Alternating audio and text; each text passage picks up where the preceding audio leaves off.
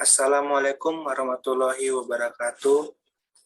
Perkenalkan, nama saya Rivalsio Putra Haryanto dari kelas 1B Program Studi Manajemen. Pertama-tama, kita panjatkan puji syukur atas kehadiran Allah Subhanahu wa Ta'ala yang mana berkatnya dan rahmatnya untuk kita semua, sehingga dapat mengikuti ceramah virtual ini dalam sehat walafiat. Dan tidak lupa saya ucapkan terima kasih kepada Bapak Ahmad Tilnal Munacif Ula, SPDI, MPD, selaku dosen pengampu mata kuliah Pendidikan Agama Islam. Pada kesempatan kali ini, saya akan membawakan materi tentang fikih dan syariah, di mana bertujuan agar menambah pengetahuan untuk kita semua dan dapat diamalkan dalam kehidupan sehari-hari. Sebagaimana yang kita tahu bahwa kehidupan manusia pasti harus ada yang namanya aturan, agar hidup menjadi berguna. Di sini yang harus kita ketahui bahwa fikihlah dan syariah yang akan berperan penting karena merupakan hukum agama yang dibuat oleh Allah untuk kita. Sedangkan itu fikih merupakan pengetahuan dan pemahaman yang benar tentang apa yang diharapkan. Sedangkan secara istilah, fikih adalah ilmu yang membahas tentang hukum-hukum syara yang bersifat amaliyah, yang diperoleh dari dalil-dalil yang terperinci baik dari Al-Quran maupun Al-Hadis.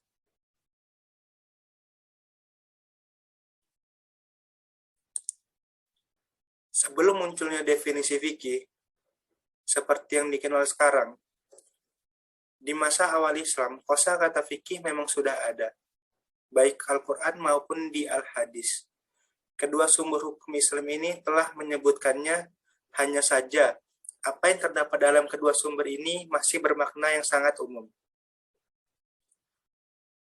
Hukum-hukum syariat yang diketahui secara pasti dari dalil yang meyakinkan dan ada pula yang diketahui secara dugaan.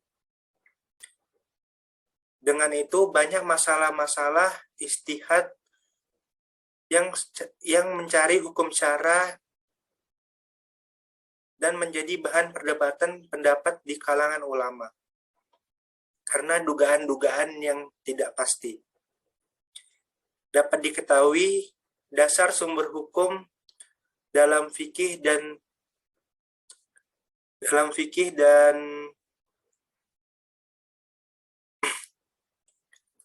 syariah merupakan Al-Quran dan Hadis.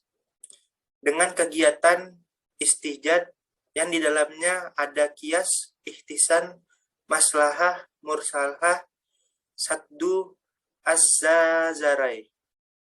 Dengan yang berisi hasil hukum-hukum yang terdapat pada saat ini.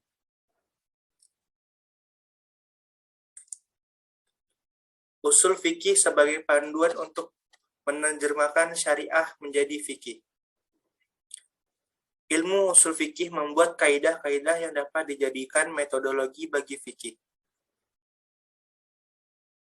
Dalam mengeluarkan hukum dari dalil-dalil syariah, berbagai ketentuan dan kaidah dalam ilmu usul fikih berfungsi untuk menggali dan merumuskan hukum fikih dari sumbernya, yaitu syariah Islam, yang berasal dari sumber hukum Islam utamanya yang ada dalam Al-Quran dan Al-Sunnah. Di dalam ilmu usul fikih, kita mempelajari bentuk-bentuk dan macam-macam hukum, seperti hukum taklifi dan hukum wa'di. Pembahasan tentang hukum taklifi meliputi hukum wajib, sunat, mubah, makruh, haram, dan pembahasan hukum wa'di mencakup sabab, syarat, mani, iklat, sah, batal, azimah, dan rukasah. Usul fikih juga mempelajari permasalahan perbuatan subjek hukum, yaitu perbuatan seorang yang dikenai hukum. Contohnya, perbuatan seseorang itu sengaja atau tidak. kemampuan atau tidak, sesuai dengan kemauan sendiri atau dipaksa. Kondisi ini berkonsekuensi hukum yang berbeda. Seseorang yang melakukan sesuatu dengan tidak sengaja atau dalam kondisi terpaksa, hukumnya berbeda. Dengan yang melakukannya dengan sengaja atau ada kemauan, di sini hukum fikih memuat secara aplikatif teori-teori yang ada dalam usul fikih ini. Syariah atau hukum syara. Ibnu Hams dalam kitab Al-Ikam fi Usuli Ahkam berpendapat bahwa syariah adalah nas atau teks yang tidak multitafsir yang terdapat di dalam Al-Quran. Nas hadis adalah nas yang didapat dari perbuatan baginda Nabi. Nas yang didapat dari takir baginda Nabi dan isma sahabat. Syariah bisa dipahami sebagai segala tuntunan perintah atau larangan yang diberikan oleh Allah kepada hambanya, baik dalam bidang akidah, amaliyah, dan akhlak. Semua sumber tuntutan, perintah, atau larangan bisa didapatkan dari teks yang terdapat dalam Al-Quran dan Al-Hadis. Hubungan fikih dan syariah.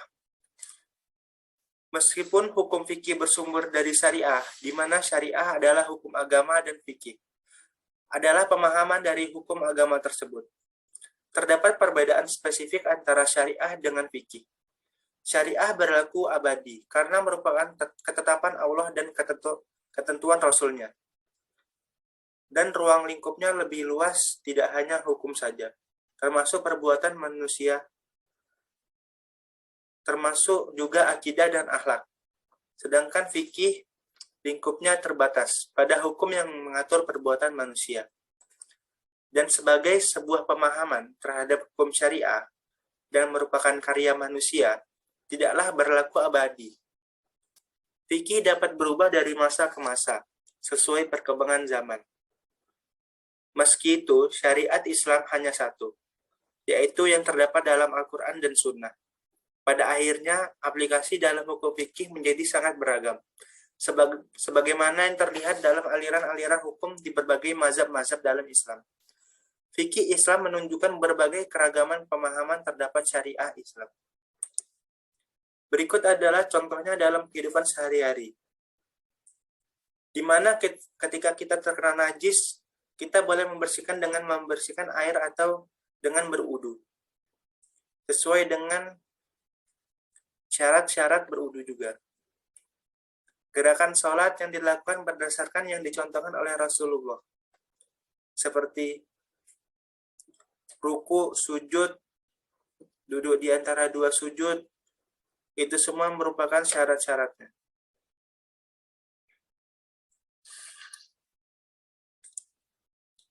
Sekian dari saya, mohon maaf jika terdapat kesalahan, pemahaman, dan perkataan, dan terima kasih hadirin yang telah mendengarkan secara hikmat. Akhir kata, Assalamualaikum warahmatullahi wabarakatuh.